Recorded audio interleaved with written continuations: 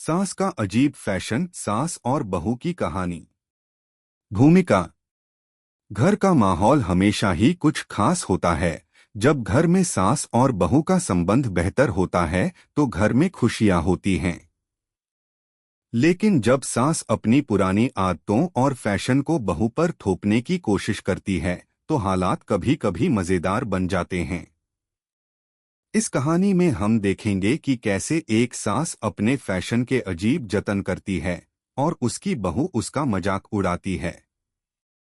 अगर आप अपनी माँ से प्यार करते हो और उनको हमेशा खुश देखना चाहते हो तो चैनल को सब्सक्राइब करो, लाइक करो, हर हर महादेव कमेंट करो। बहुत ही जल्द आपको खुशखबरी मिलेगी। प्लीज वीडियो को लास्ट तक जरूर देखें। अब आगे सुने। पहले अध्याय, फैशन की दुनिया में कदम। शिवानी, जो कि एक मॉडर्न और स्मार्ट लड़की थी, नए जमाने की थी। वह हमेशा अपने कपड़ों और फैशन को लेकर बहुत सतर्क रहती थी। एक दिन उसकी सास शारदा देवी, जो हमेशा पारंपरिक साड़ी और चूड़ियां पहनती थीं, ने अचानक शिवानी को कहा, तुम्हारे कपड़े बहुत छोटे होते हैं। अगर तुम एक बार मेरे जैसे कपड़े पहनकर देखो तो सब कुछ अच्छा लगेगा। यह फैशन का दौर नहीं है। पारंपरिक फैशन को अपनाना ही बेहतर है। शिवानी को सास के इस बयान पर कुछ समझ नहीं आया। वह सोच में पड़ गई कि एक तरफ सास के फैशन को समझने की कोशिश करना और दूसरी तरफ अपने खुद के स्टाइल को बनाए रखना, दोनों काम मुश्किल थे।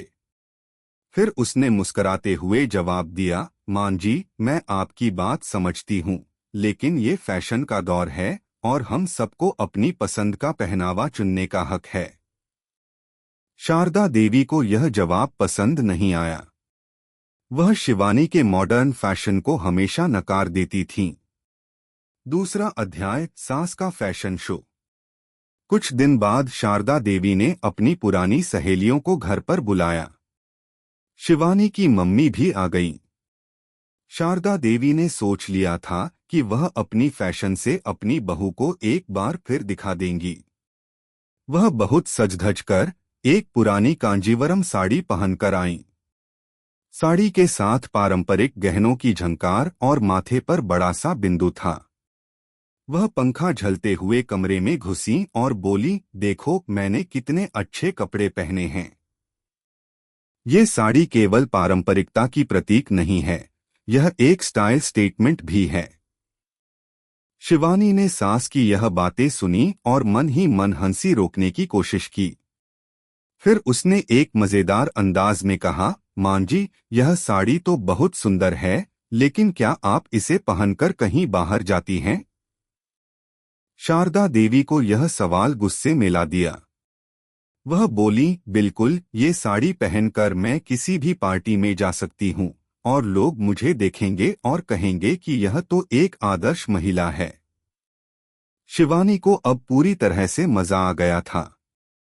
उसने बड़े ही चुटीले अंदाज में कहा, बिल्कुल मां जी, आप तो सचमुच एक ट्रेंडसेटर हैं। जो ये कांजीवरम साड़ी पहनकर पब और रेस्टोरेंट में जाएं, तो लोग उन्हें देखेंगे और उन्हें सलाम करेंगे। सास और बहू की यह वार्ता पूरी महफिल में गूंजने लगी। शारदा देवी को इस मजाक का बुरा तो लगा, लेकिन वह इसे नजरअंदाज कर गईं। तीसरा अध्याय, फैशन का टकराव। कुछ समय बाद शारदा देवी ने शिवानी को एक नई साड़ी पहनकर दिखाने के लिए बुलाया। इस बार वह न केवल साड़ी पहनकर आईं, बल्कि एक पुराने जमाने की कड़ी चूड़ियां और बड़े बड़े झुमके भी पहन रखे थे। शारदा देवी ने गर्व से कहा, देखो बहू, इस बार मैंने कुछ खास पहना है। ये सारी चीजें पुराने समय की हैं, लेकिन मैं मानती हूं कि इनसे ही मेरी असल पहचान बनती है।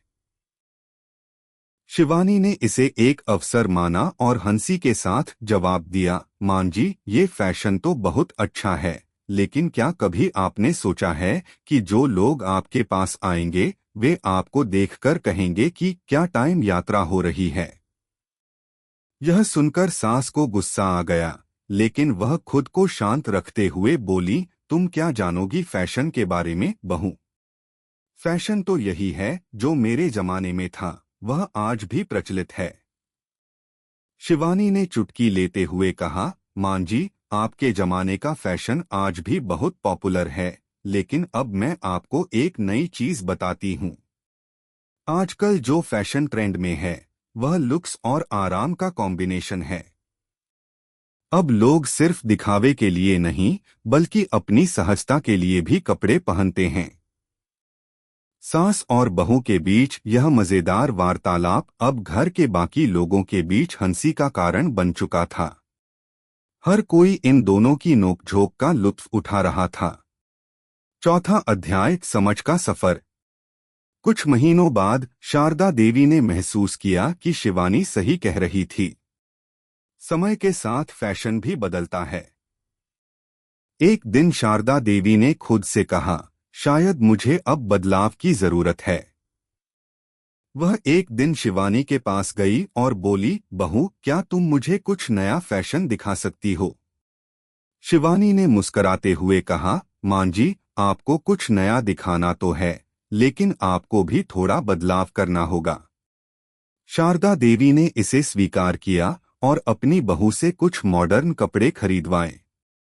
अब शारदा देवी ने धीरे धीरे अपने पुराने फैशन को छोड़ना शुरू किया और एक नई दिशा में कदम बढ़ाया। वह अब कुछ अधिक आरामदायक और स्टाइलिश कपड़े पहनने लगीं। हालांकि वह पारंपरिक साड़ियों और गहनों से पूरी तरह से बाहर नहीं आईं, लेकिन उन्होंने स्वीकार किया कि हर चीज का एक समय और जगह होती है। शिवानी और शारदा देवी के रिश्ते में अब एक नई समझ आ गई थी। शिवानी को अपने सास के फैशन का मजाक उड़ाना पसंद था, लेकिन जब सास ने खुद को बदलने की कोशिश की तो वह भी उसकी सराहना करने लगी। उपसंहार। यह कहानी इस बात का प्रतीक है कि फैशन और विचारों में समय के साथ बदलाव आता है और सास बहू के रिश्ते भी समय के साथ बदलते हैं। कभी कभी छोटी मोटी नोकझोंक के बावजूद समझ और प्यार से रिश्ते मजबूत होते हैं।